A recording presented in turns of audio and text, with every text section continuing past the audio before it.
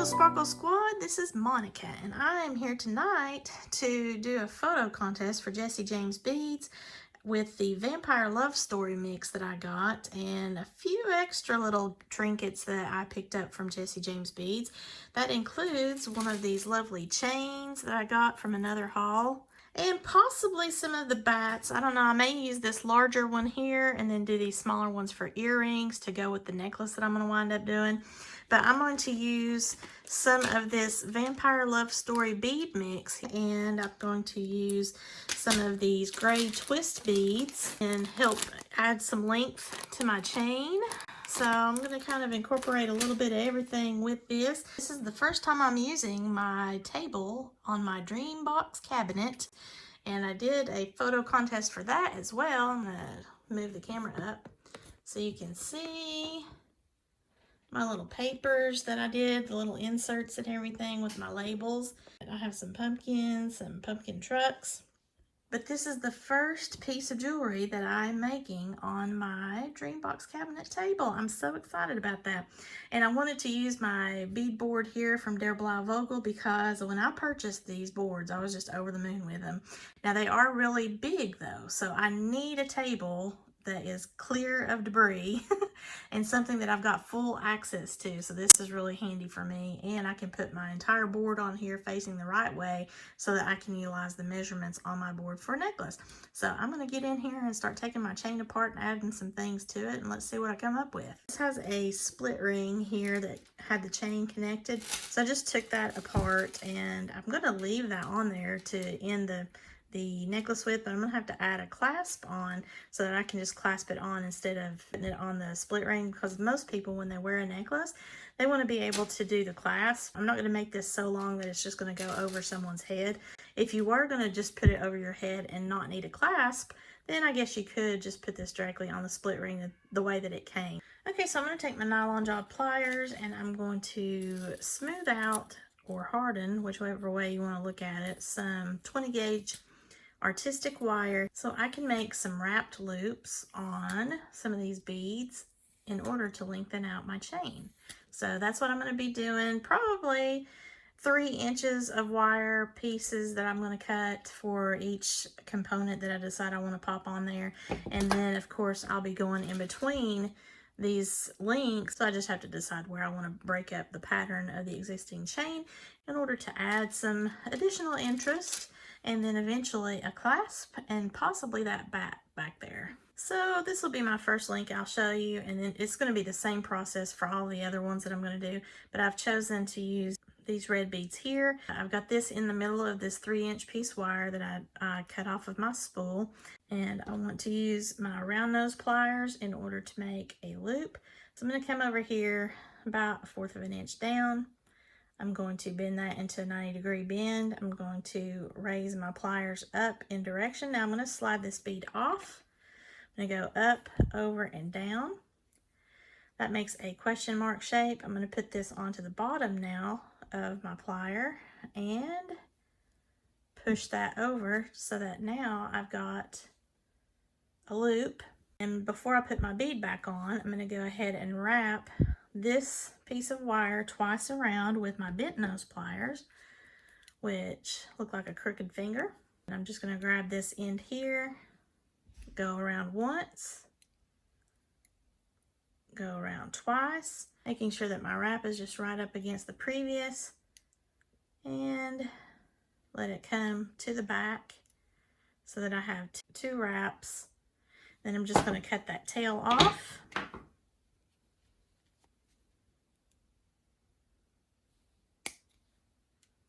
Be careful when you cut these tails. I try to put my thumb and index finger over it so that I can keep it from flying out and hit me in the eye.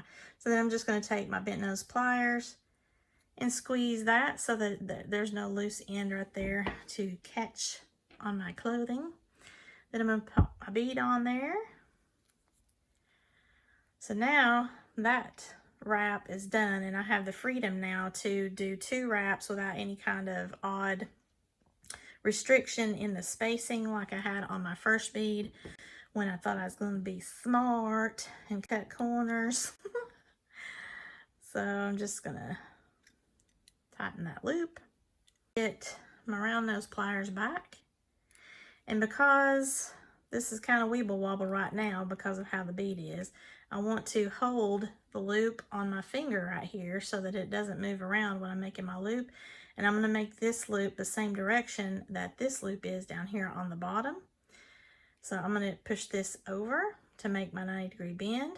I'm going to reposition my plier, trying to stay in that same nook, up, over, and down, making the question mark. Put this on the bottom of my pliers. I'm going to reposition this so that now I can pull this wire towards myself. That might be an easier thing for you to do as well. And so now this is completely hugging that plier, and it's made a loop. So I can take my bent nose pliers now and pull this tail to try to wrap it around the neck. And it looks like I could probably go 3 times on this side. Yeah, so that's 2 wraps. Go a 3rd time, and you notice I'm not overlapping my wire as I go around here. So you can see there's the wrap, and I'm going to go back here and cut that tail off with my flush cutters. I'm going to get right up against that, cut that off. I was holding it with my fingers. And if you have a little bit that's still sticking out, you can just go up here and squeeze it, but try not to squeeze the glass because it could crack your bead. If during all of that you find that your loops get misaligned, all you have to do is take your pliers on either side and give it a turn the direction that you need. Some people do like to have their loops going in opposite directions. It just depends on what your design element is that you're looking for, but I like mine going both directions. So I'm good to go here with this.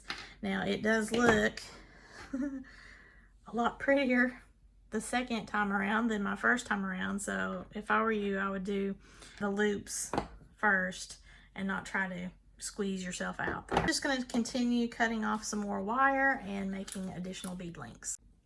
Something to consider if you don't want to do these wrapped links the way that I'm doing, and when you're at this phase here and you've got your loop, all you have to do is just come in here. If you want to make a simple loop and not a wrapped loop, take your flush cutters, go up here into the neck area, and then give that a cut right there so that the tail is gone, and it's just a simple loop and you can open and close it like you would a jump ring. I'm going to continue to do my links and pop these on with my little jump rings here, my teeny tiny jump rings. I've got, these are 4mm, I believe.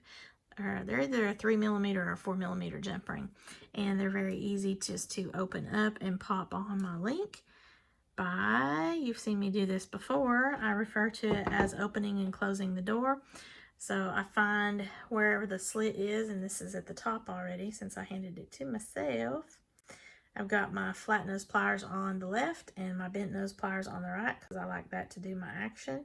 I'm going to push it away from myself or open the door, and then whenever I want to put this on and close it up, then I'm going to just pull it towards myself on the right hand side to close the door. Okay, so each of these links are like an oval metal ring that does not have a slit like a jump ring. So I'm actually going to have to make a cut using my flush cutters here and then treat it like a jump ring in order for me to break apart my links here. Everywhere that there was a wrapped cube, they have the regular jump rings on here that are round like I'm used to seeing and like I'm popping on my own links with. I have all of my little links attached except for this section right here because I'm still trying to decide what I want as the focal, and I'm thinking I might use these little drops instead of on earrings on this necklace here as like a pendant. This teardrop bead has a hole in the top, and I'm going to just feed the wire that I'm using. And again, this is 20 gauge wire, and I do have videos talking about the difference between bead stringing wire and artistic wire, which is what I'm working with here in order to do some wraps in my loops and wire work. Check out that video if you're interested in it. That's in my Sparkle School playlist, and I'll be sure to link that for you. But I want to go ahead and do like a little wrapped pendant loop top deal here for these, and I'm going to do that for both of the drops of blood. So I just put this wire in here. This can be like a messy or a neat wrap, but I'm just putting this right through the bead, and then I'm going to bend it over the top, just to kind of mimic the little teardrop tip. And I'm going to try to get it as close to that bead as I can. And then I'm going to pull it back up just slightly to where I then have the obvious crossing point here of my wire. And I'm just going to take my thumb and index finger and give it a couple of twists. 1, 2. Yeah, I think that'll work. So this is just kind of a messy wrap here. It doesn't have to be pretty. If you wanted to make that pretty, of course you could go for it and do that. Then I'm going to take my bent nose pliers and kind of adjust it a little bit where I see it, just a little bit of a gap. From here, I'm just going to go ahead and bring the wires up. Get my round nose pliers, and you can put these wires as close as you want. Again, this is just, for me, it's just going to be a messy loop. You can use your bent nose pliers to kind of push them together a little bit, like a bobby pin scenario if you want it a little bit neater. I'm not really worried about that for this look because it's supposed to be blood after all. So I'm going to take my round nose pliers and just push it over like I'm making a wrapped loop, because I'm going to just make a bail essentially. And then I'm going to reposition my pliers right side up, over, and down. Taking that out, I've got the little question mark shape, but I've got it in 2 wires. So I'm going to reposition it to where now I can just pull those wires back towards myself. And because I've got 2 wires, it's going to be a little bit aggravating, so you just have to work with it as much as possible. And then just take the wires and go around that stem as loosely or tightly as you want to. And I'm doing both at the same time. You can squeeze with your pliers. I don't want to mar up my wire too much. Messy. I'm going to cut these 2 tails off with my flush cutters. Be sure you don't cut the actual bail or the little triangle. And then I'm going to use my bent nose pliers to clean that up a little bit, and in order to hold it a little bit better, I'm going to put my round nose pliers back in there, and then I'm just going to kind of go around and push down just to get those 2 little ends where I want them. Now again, you totally don't have to do this. You could just do a single wire, but I think this lends itself well to a gothic look. And just make sure that you don't have any pokey bits. And then this is going to dangle down like drops of blood. I'm going to try to mimic that same thing with this little droplet. So I need to put a clasp on, and I have turned this to where my pendant would be on as if I were wearing it, so that I know I want to pop my lobster claw on this side here. Because I'm right-handed, I want to make sure that they work before I attach it. And that does. I had to upgrade the size of my jump ring just because the bead wrap, loop, and everything was just too much along with the clasp. So I just opened up my jump ring, grabbing my lobster claw clasp, attaching that now to that last bead. Then I'm going to close the door, and I'm going to give it a little squeeze just to be sure I've got it lined up there. So there's that side, and then this side here, I'm just going to put this split ring back on. I have a split ring tool, but I don't know where it's at the moment, so I just put my fingernail in there and pop that on. So now that's a little bit more secure than having a jump ring, because the jump ring has a slit. But I mean, this is a necklace, so it's not like I'm going to be rough on it like I would a bracelet. So I just attached that. And here is my necklace. Now the way I did this is a little bit strange of a pendant here with this bat theme that I've got going on here, but I've got the drops of blood, and the way that I attached it is to where now it looks like it's one pendant with the drops of blood on either side of the bat wings.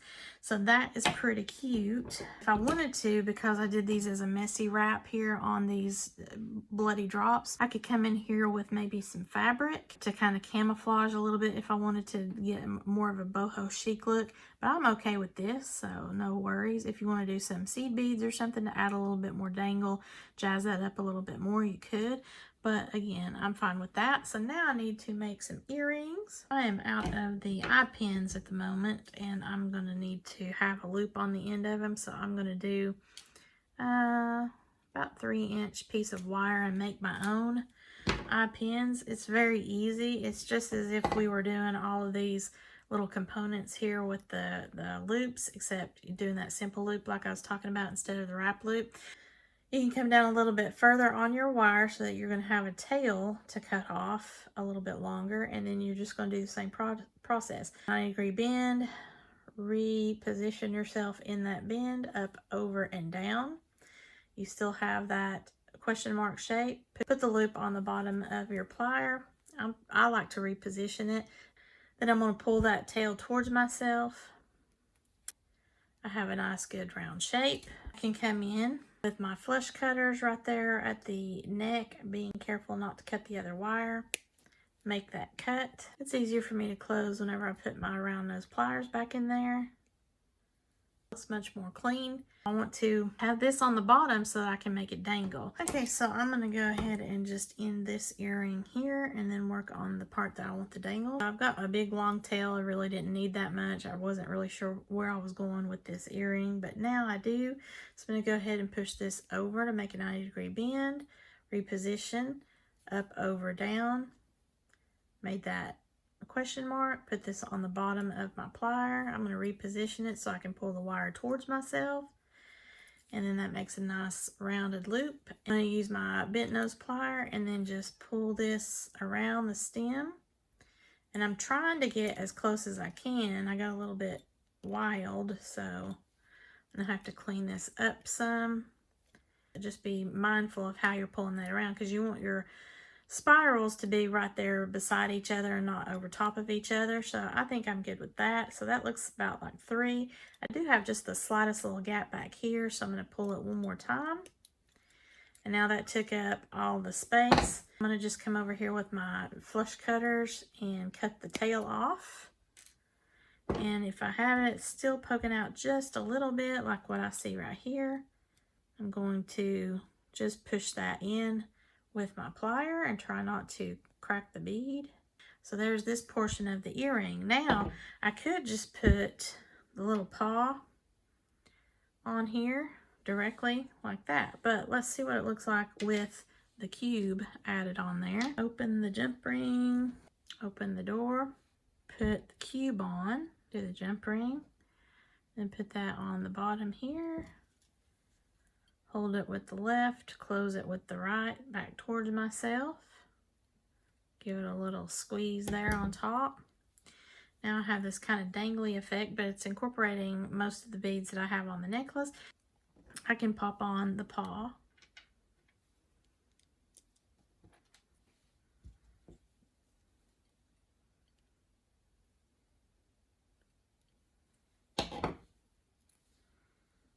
Okay.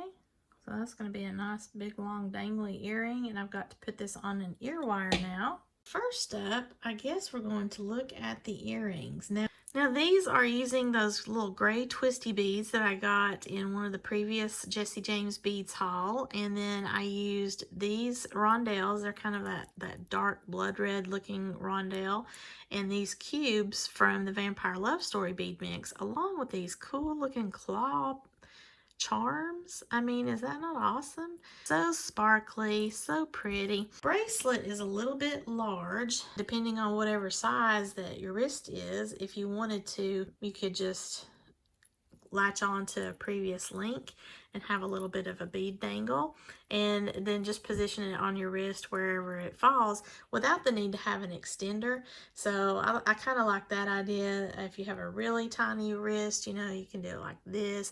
I liked doing the beaded links, and I really wanted to have this on my wrist. So let's pretend I have my links the way I want them and see how cute that is.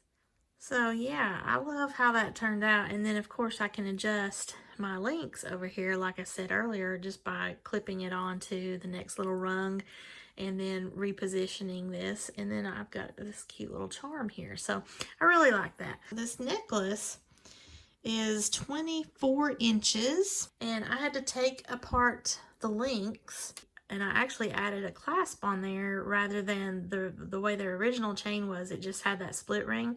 So I wanted to definitely have a clasp that I could take this on and off. And if this is long enough to just slip over your head, you can still do that. I know that that's a popular thing right now, so you don't have to mess with the clasp. I thought it turned out nice. It's got the bats. It's got the little blood red droplets. It's got these beautiful sparkly cubes. And those cool looking gray beads. They really turned out nice with this mix here. Now this is the pendant. Now it's messy wrapped blood droplets on either side of this bat. So depending on how you want to wear it, you can have the blood droplets in the back of the bat or in the front of the bat, however you want to do it.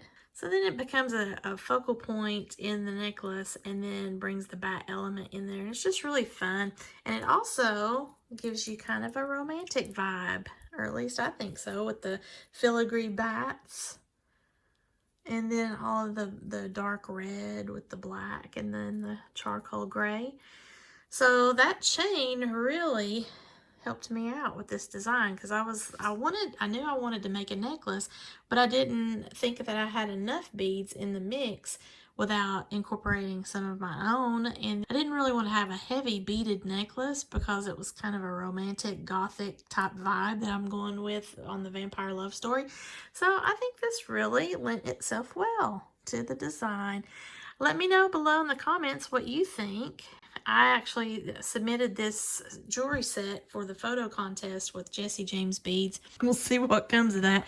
This was fun here for me to do, and then also to be able to create with all of these beautiful sparkles that they sent to me. So thank you again to Jesse James Beads. I love having these wonderful bead mixes. If you like my little handmade jewelry set in the Vampire Love Story theme, please leave me a comment below and let me know which one you like better. If you like this video, please give me a thumbs up. Share this to any of your friends that may be interested in it. And if you're interested in becoming a Jesse James Beads design ambassador, please check out my link below. I will have all of my affiliate links down below for you to take a gander at the sparkly goodness that you see here, as well as check out their ambassador program. If you have at least 100 followers on your social media and you create video content, then you can put in the application to become an ambassador with Jesse James Beads, and if you are accepted, you will be able to make all kinds of goodies. If you've not already, please subscribe to my channel for more sparkly shenanigans. And as always, thank you so much for watching, and have a spooktacular Halloween and a sparkle-rific day, y'all. Bye!